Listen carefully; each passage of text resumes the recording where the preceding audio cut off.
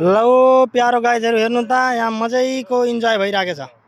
त्यो पनि राति एकदम राति हेर्नु त दाजु एनआरएनको हाम्रो सदस्य केन्द्रीय उपाध्यक्ष यही साउदीमा बसेर एउटा समाजसेवामूलक कामहरू केही गर्ने एउटा हाम्रो संस्थामा चाहिँ चुनाव नजिकै आउँदैछ। अब त्यो चुनावमा चाहिँ अब कसरी गर्ने भन्ने विषयमा केन्द्रित छु क्या अहिले।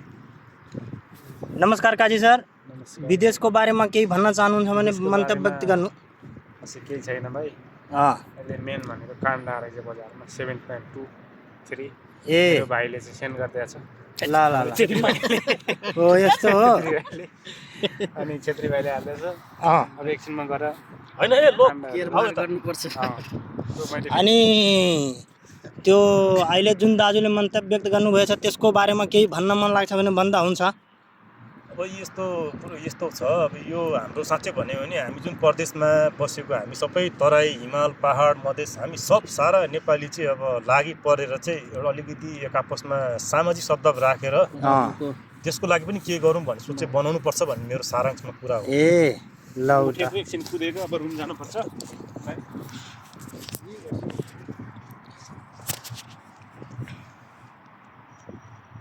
ल ल ल मजैको एक्सरसाइज भइरहेछ। कोही कुदिराख्नु भएको छ। Wow wow what a nice guide. Wow wow wow ए हाम्रो काजी दाई चाहिँ रनिङमा हुनुहुन्छ भर्खरै।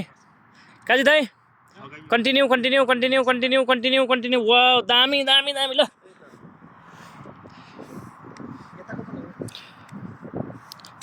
ल यो हो नि त मस्तकै जिम। ल फुटबल खेले पनि भयो, जिम गरे पनि भयो। बस बस एक्सरसाइज। ल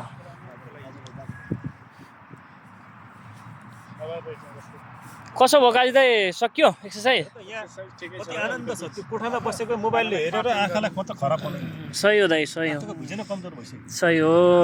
ल अब हाम्रो जिम्नास्टिक। वाउ वाउ वाउ बस बस बस।